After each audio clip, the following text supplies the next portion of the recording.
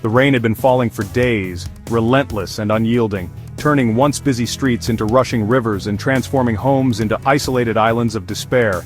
The sound of water was everywhere, drumming on rooftops, gurgling through alleyways, and seeping into every corner of daily life.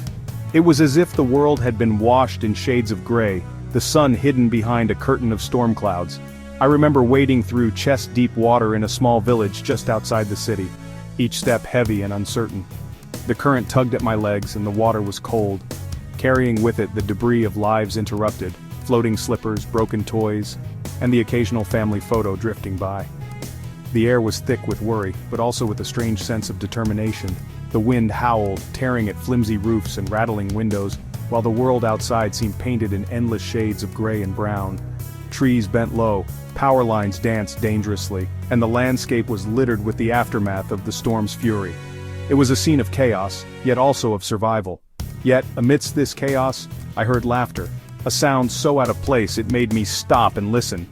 It rang out, clear and bright, cutting through the gloom like a ray of sunlight. I turned and saw children splashing in the floodwaters, their faces lit up with joy. One boy, grinning from ear to ear, used a refrigerator door as a makeshift raft, paddling through the water while his friends cheered him on. Their laughter echoed off the water, a reminder that even in the darkest times, joy can find a way. A mother standing on her porch watched with a tired but gentle smile, her children's laughter giving her strength. Her eyes were weary, but in that moment, she seemed to draw hope from the simple happiness of her children, as if their resilience was contagious. This moment struck me, a perfect picture of the Filipino spirit. In the face of adversity, we find ways to smile, to laugh, and to lift each other up. It's a spirit that refuses to be broken, no matter how fierce the storm. I've seen it time and again. Neighbors sharing their last can of sardines after a typhoon, families opening their doors to those who have lost everything, and communities singing songs of hope after an earthquake. In the aftermath of disaster, we come together, finding comfort in each other's company and strength in our unity. How do we keep smiling through hardship? It's woven into our culture, our faith, and our history. We have learned generation after generation that hope is not just a feeling, it's a practice, a habit, a way of life that sustains us through the toughest times. Our resilience isn't denial, it's courage, a choice to find light in darkness. It's the ability to see beyond the floodwaters and the broken homes, to believe that tomorrow will be better, and to help each other get there. Even when surrounded by water, we choose to float.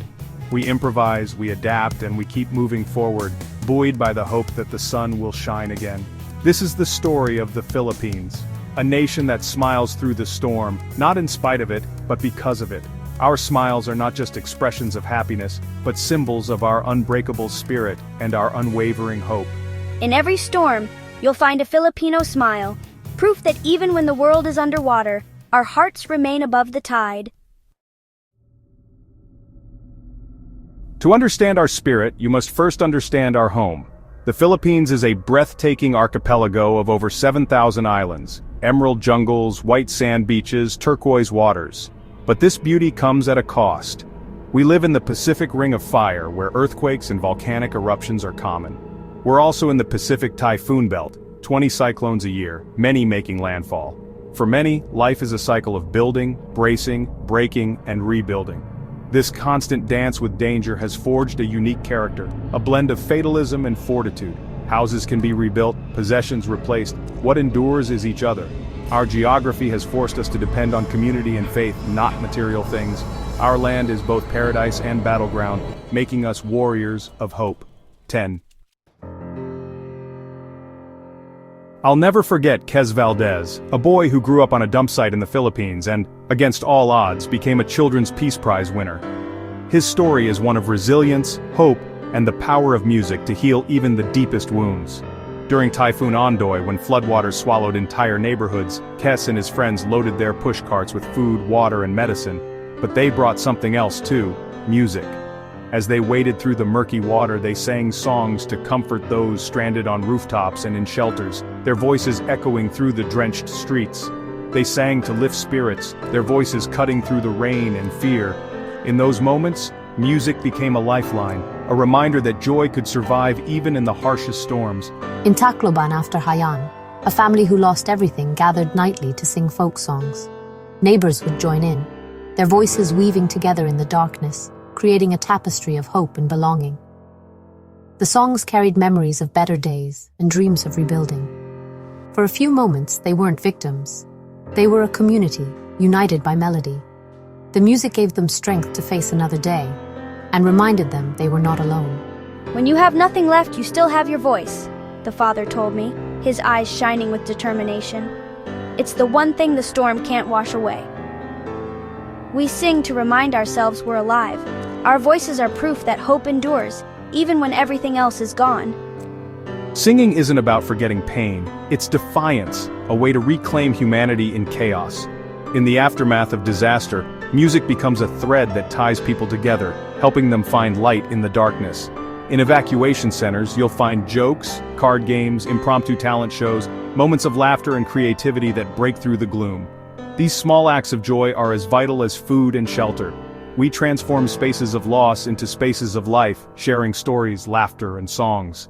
In every note sung and every story told, we reclaim a piece of ourselves. Even in the deepest floodwaters, the human spirit finds a reason to sing, a testament to the unbreakable hope that lives within us all. There's a classic image in the Philippines, a whole village carrying a neighbor's nipa hut to safety. This is Bayanihan, communal unity. Today, Bayanihan is alive in every crisis. When disaster strikes, neighbors are the first responders, rescuing, sheltering, sharing what little they have. I spoke to Lito, a tricycle driver who risked his safety to help families evacuate after a volcanic eruption. They are my kababayan. If I don't help, who will? Bayanihan is empathy that extends beyond family, lasting long after the storm. It's the community cleanup, the rebuilding of schools, the pooling of resources for a neighbor's new start.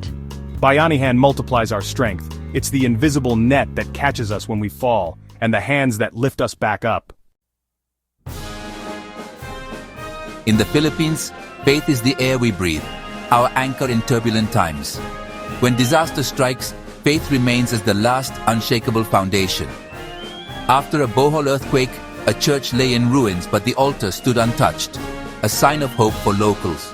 He is still with us. Our church is broken, but our faith is not. We will rebuild. This belief gives Filipinos peace amidst chaos. Bahala na, leave it to God is not giving up, but ultimate trust after doing all we can. After disaster, you'll hear, "Thank God we are alive." Gratitude shifts focus from loss to what remains. This faith doesn't prevent suffering, but gives strength to endure, believing dawn will come after the darkest night. If faith is our anchor, humor is our life raft. Filipinos find laughter in almost any situation, not out of denial, but as medicine for the soul. A shared laugh can be as nourishing as a shared meal. During floods, social media fills with memes, people surfing on ironing boards, fishing from windows, or drinking beer in waist-deep water. It's not disrespect, it's refusing to be defeated. I met ailing Rosa in an evacuation center. Despite the hardship, she was the joker, making everyone laugh. If we all just cry, our tears will add to the flood. If we laugh, we feel lighter. Laughter makes the heart strong. Humor is our emotional resilience, helping us process pain and reminding us we're not alone. Even knee-deep in mud, we find a reason to smile. Laughter is our lifeline, keeping our spirits afloat. The storm passes, the floodwaters recede, and rebuilding begins. In the Philippines, rebuilding is more than restoring walls. It's restoring hope, especially for the next generation. Resilience is visible in the quiet determination after disaster. A woman washing clothes beside a ruined home. A man salvaging wood for rebuilding, a sari-sari store reopening. These small acts are defiance against despair, a statement that life goes on. The dreams of our children fuel our rebuilding. I have to be strong for my daughter. I want her to finish her studies to be a doctor. That's why we rebuild. Children's dreams become the community's dreams. We honor the past, but look forward, rebuilding schools, drawing pictures of future homes. These are blueprints for hope, proof that a brighter tomorrow is possible. The Filipino spirit is not just about surviving the storm, but planting new seeds in the wet earth it leaves behind.